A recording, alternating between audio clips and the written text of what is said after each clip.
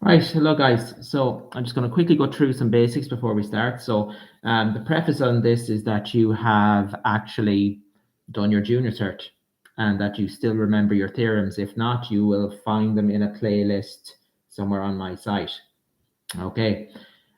So I'm not going to go through the theorems from the junior cert. They should be known. You shouldn't have gotten this far without them. So we're kicking right into the leaving cert ones. So first of all, before we do that, some of the terminology. An axiom. An axiom is a statement you hold to be true without proof. So here's an example of an axiom. Straight line is 180 degrees. I never have to prove it. I take it as being true. Okay, most of maths is built on axioms or assumptions. Okay, so unfortunately, you have to assume some things. You can't prove everything, as the incompleteness theorem would tell us. The next thing is what a theorem is. So a theorem is a statement that is true and is proved using axioms and logic. So you know what a theorem is. Now, sometimes when you're proving a theorem, you'll actually create a new rule for something else. So that's where you get a corollary. Okay, so that's a statement that follows or extends on from a theorem. So it's the logical extension of a theorem. Okay, so there you go. And then finally, the one that's probably newest to you, and you've probably heard this word if you have a pair of runners, but what's a converse? The converse of a theory is whereby if a theory proves something to be true, then that something must be true because of that theory. So for example, if all straight lines make 180 degrees, then the converse would be if some object creates 180 degrees by its shape, it must be a straight line. That's the kind of thing we're talking about there. So listen, we're just going to crack right into these because the first one, I suppose, is it sets it up nicely for the rest of them. It's a very simple one. So if I have three parallel lines of segments, whatever you want to call them, so it's going to create three parallel lines. 1, 2, 3, and that's called P, Q, and R. So I have three parallel lines. Now, if I create what's called a transversal that cuts across all three of them, and let's just call this transverse PQR. We'll call this one S. Now, if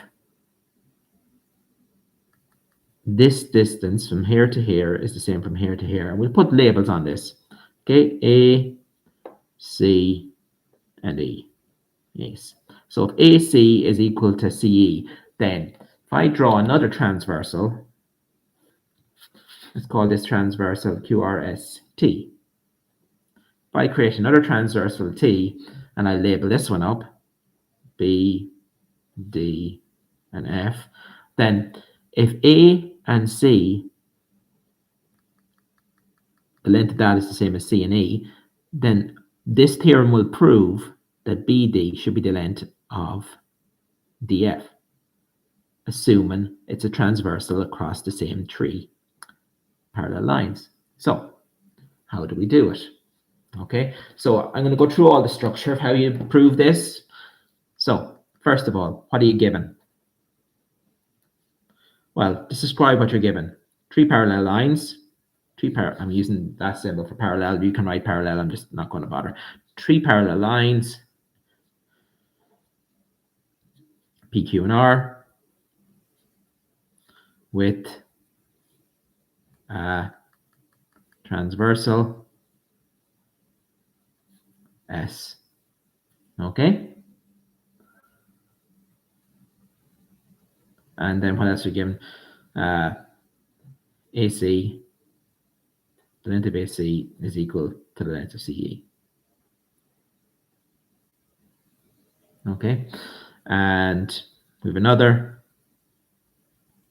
transversal called T, which intersects at B, D, and F. So that's all we have. No, not telling anything else about it. Now we need to prove that the length of BD is equal to the length of DF. What do we need to construct? This is the trick. So we're going to construct another parallel line. Construct a parallel line to S that intersects with D. So let's draw this. Let's get this right.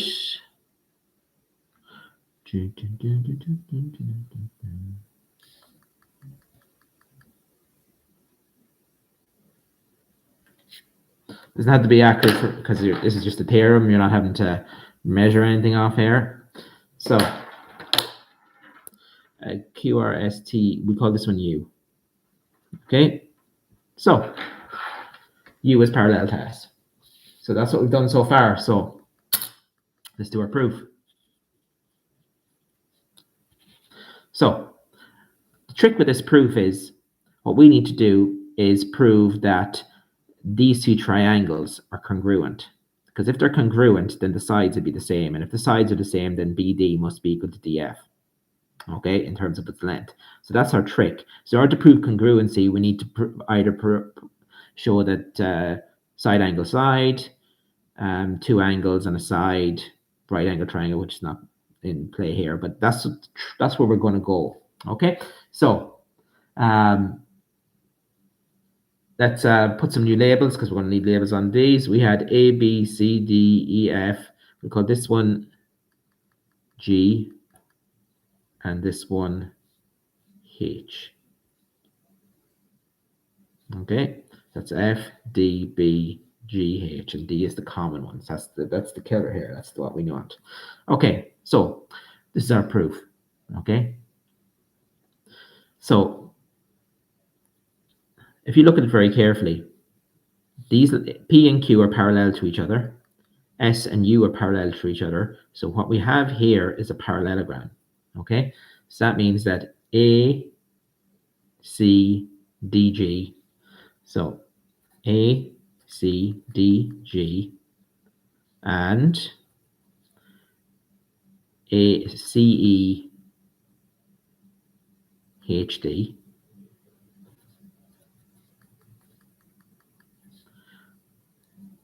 are parallelograms. And that gives us a lot of power because we know a lot of things about parallelograms from our junior cert. Okay, so we know an awful lot from the junior cert. Okay, so that implies, very simply, that AC, the length of AC, is equal to the length of DG. And the length of CE has to be equal to the length of HD. Parallelograms, parallel sides should be equal. Okay, so there's nothing there that we haven't cheated. Okay, but if you look at it carefully, the length of AC, we've already said the length of AC is the length of CE. So you see where this is going? So that means that, as you can say that means that DG should be the length of DH.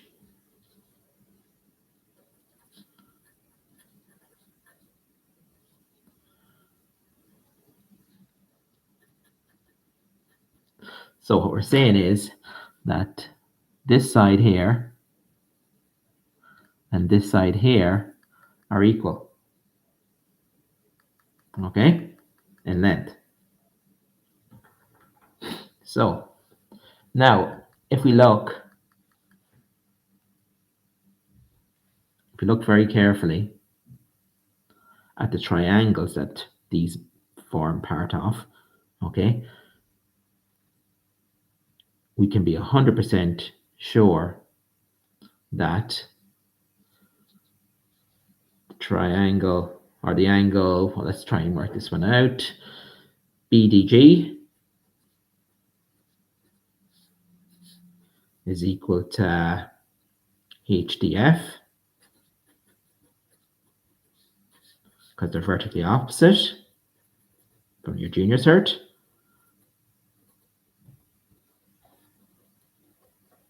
So in other words, this angle here and this angle here are the same. So now I have one side in each triangle and one angle in each triangle. If I can get another angle or another side, I can prove that the two of them are congruent, which would prove that BD and DF are the same. So let's try and get another side.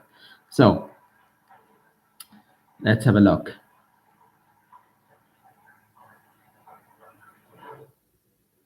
Well, if that's parallel to that, then aren't we really dealing here with vertically opposite angles? Okay. So let's have a look at there. Let's have a look at that one. Let's see. The angle at DBG, that one up there,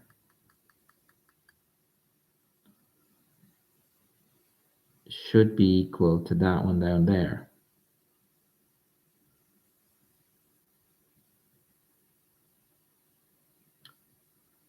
Yeah, that should be equal. So the angle at DBG should be equal to the angle at here, which is DFH. Alternate angles.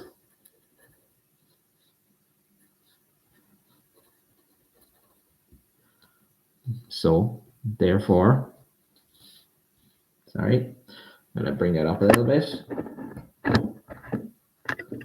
All right, so therefore, the triangles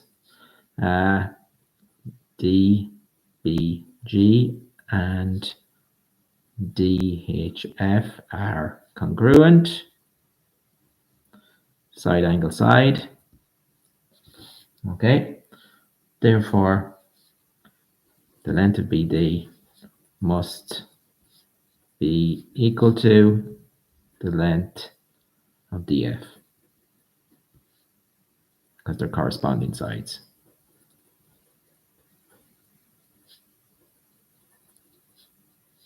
And a congruent triangle. So there you have it. It's a bit. Now listen, in an exam you can be as quick as possible with this. You know what I mean? Just go quick, be efficient, get it done. Okay, that is if it does come up in an exam. But there you have it. Okay, that's the first big one done. Okay, and in fairness, is one of the hardest ones to do. So the next one we're going to have a look at is if you have a triangle. I'm going to draw a triangle.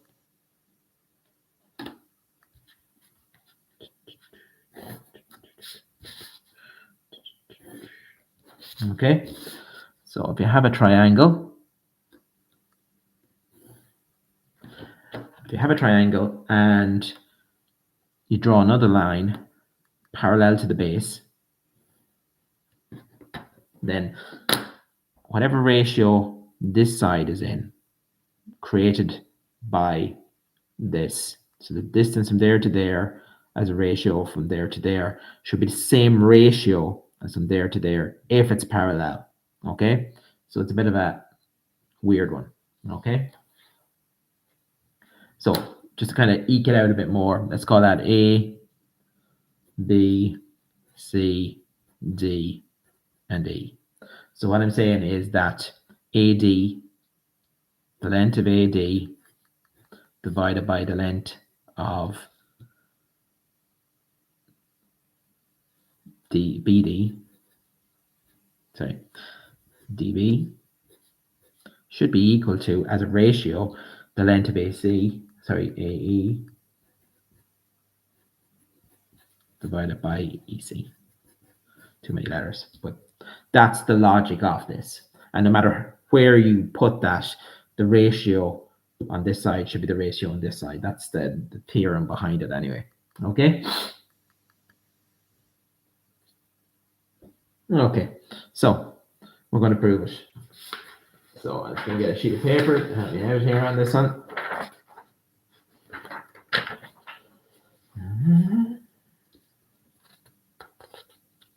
Right, here we go.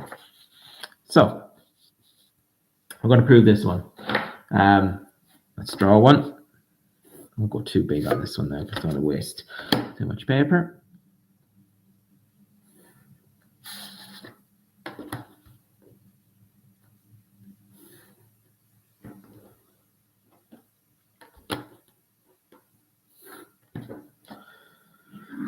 All right, so we have A, B, C, D, E, and we call this line L.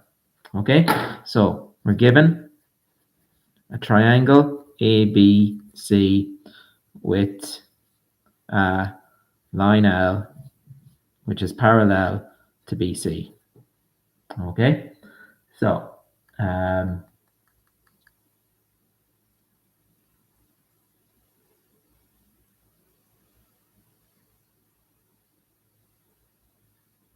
yeah, I suppose.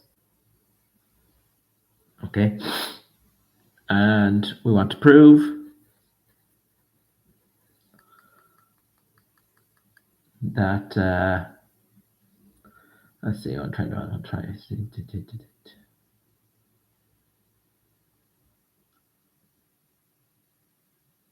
Yeah, I want to prove the ratio is true. So I want to prove that if you know, let's try and think if BD divided by DA is equal to CE divided by EA. So I'll prove this ratio is true. Okay, construction.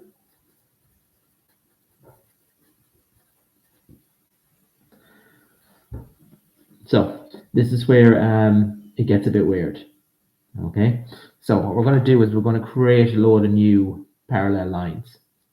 Okay, so it's going to create a load of new ones, just all parallel. Okay.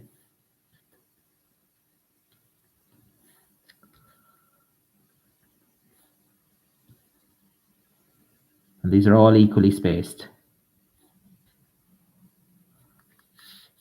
Theoretically meant to be equally spaced. So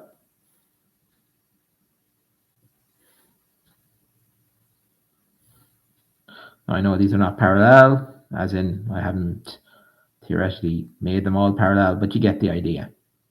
Again, this is a theorem, so you're just proving the concept. You don't have to actually, it's not a geometrical constructed proof, as in you don't have to construct the proof, you just have to write the proof. That's the right terminology. So what's my construction? What have I done here? So I've marked created equal spaced out parallel lines to L. So now this is the important thing, okay?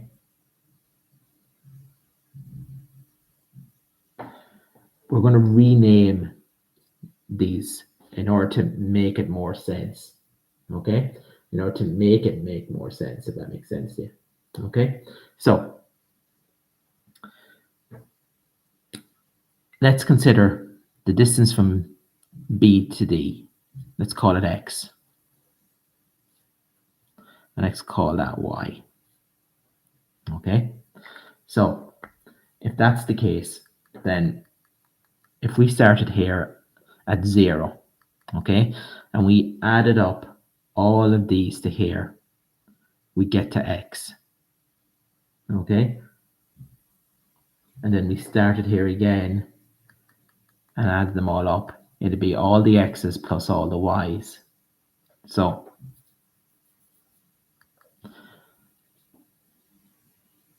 that's B, so that's proof.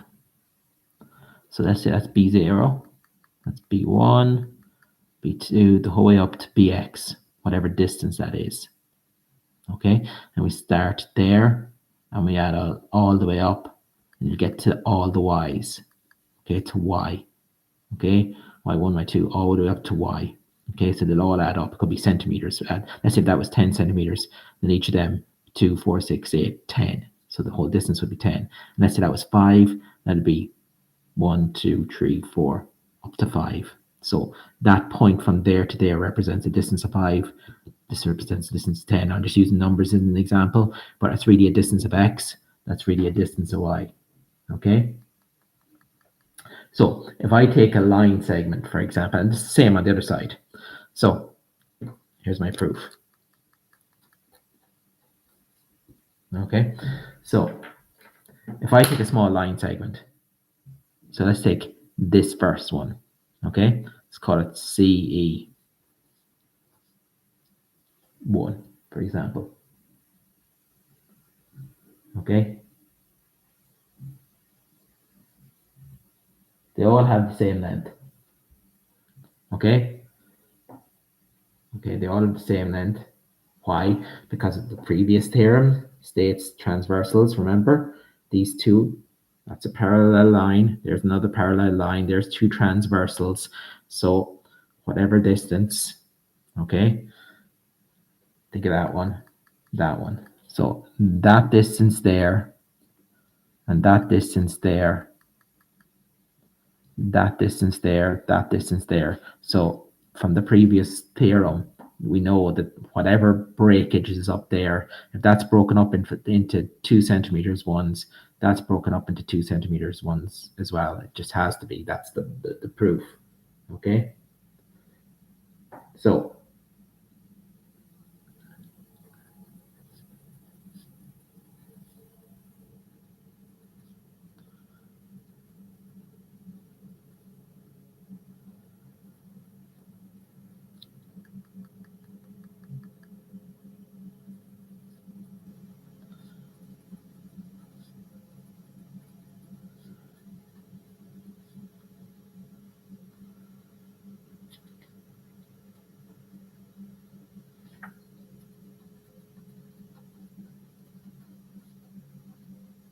that's enough to say that from transversal theorem, that states that they'll all have the same length. Okay, because you've chopped them up the same, they'll all have the same length.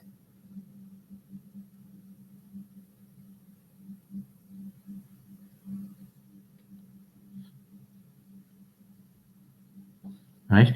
So if they all have the same length, then when you add them all up,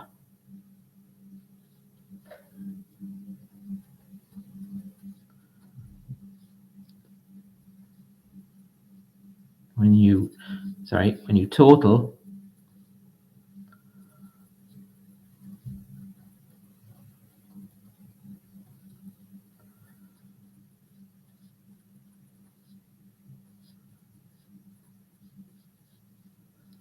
so when you total all them and you total all them, their lengths, their ratio, better say, should be the same as the ratio of the line segments in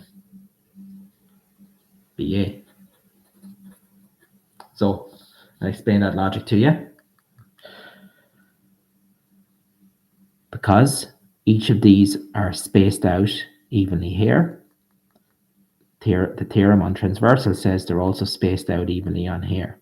So if we know the ratio of them, because the ratio of those segments must be the same as the ratio of those segments, it means that that line must be the same as the other line.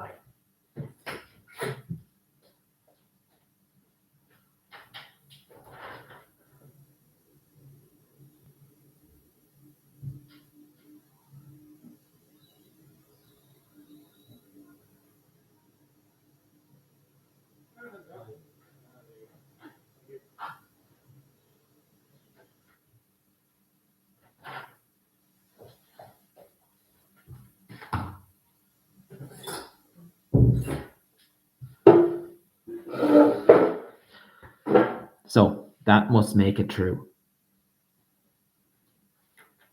Therefore, the length CE divided by the length of EA must be equal to the length BD divided by the length of DA. So there's your proof on that one. Right, our next one then.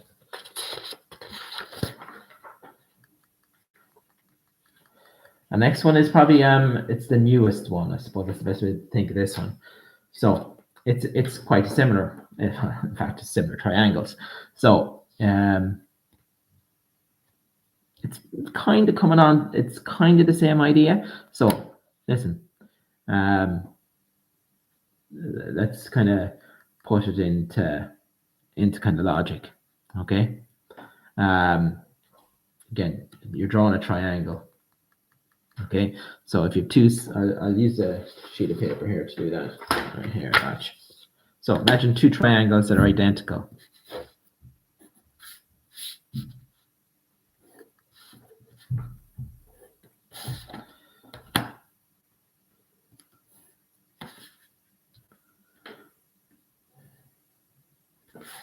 So imagine two similar triangles. Okay, two similar triangles. Well, you know, their sides will be proportional in order. So I suppose the best way to think it about, let me just try and put some A, B, C, D, E, and F. What they're really saying is that the length of AB divided by the length of DE, so their corresponding sides in similar triangles, should be equal to AC divided by DF, should be equal to BC over EF. So that's where we're going to go with this. In other words, if you have similar triangles, the ratio of the corresponding sides should be equal. So it's a kind of follow on from the previous one, so we're building on the previous one. So listen, we'll give it a go. It's actually a nice one to do. It's not the hardest one to do, but it's a nice one to do. So let's draw them.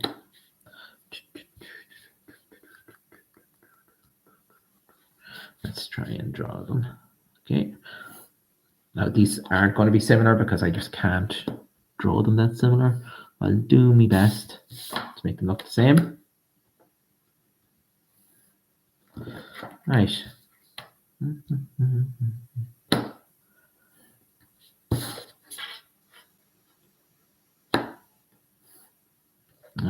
bit of a hames of that one.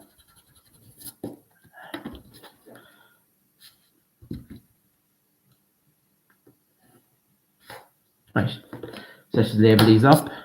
A, B, C. What was the D, E, and F? Right. So, given the triangles ABC and triangle DEF, and both similar. Okay, so what do I mean by both similar? It means that that angle is that angle, that angle is that angle, that angle is that angle. They're not congruent because they're not identical, but they are similar in that the angles are the same. It's just the sizes are different. Okay, and we want to prove that AB over DE is equal to AC over DF is equal to BC over EF. Right. Right, construction. Okay, A, B, C, D, E, F, G, and H. Okay.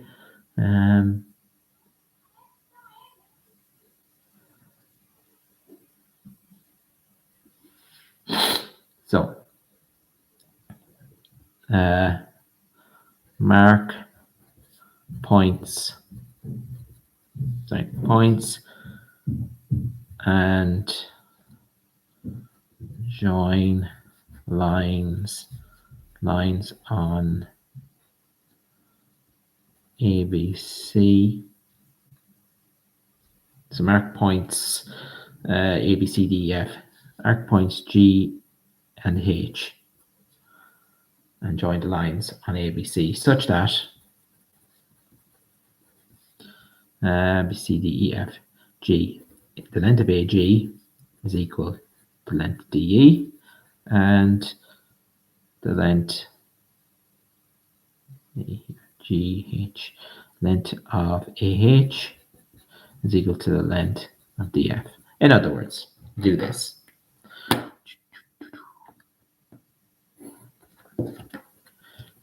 A, B, C, D, E, F, G, and H. So AG, so basically this is that. That's what I'm doing. That's what I'm constructing. Okay? Now, proof is quite simple. You can nearly see the proof as it is. Okay? So, the proof. AGH and DEF, the triangles AGH and DEF are congruent. Okay. Side angle side. So that means that the angle at AGH is equal to the angle at DEF.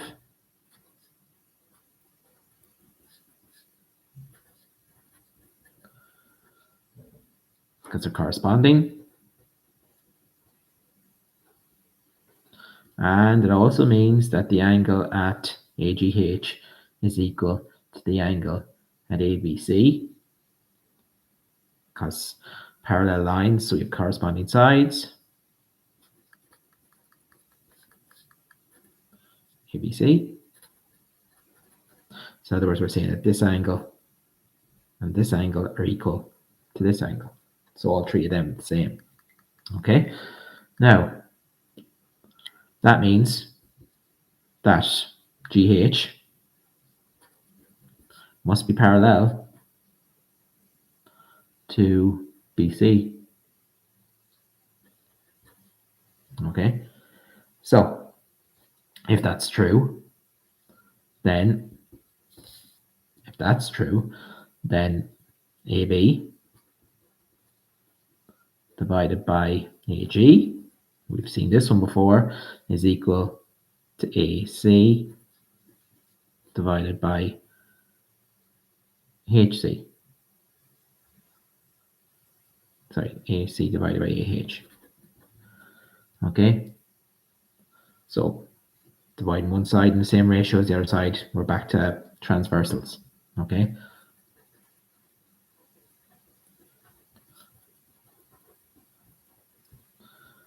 And if that's the case, because we're dealing with congruence, then AB divided by DE should be equal to AC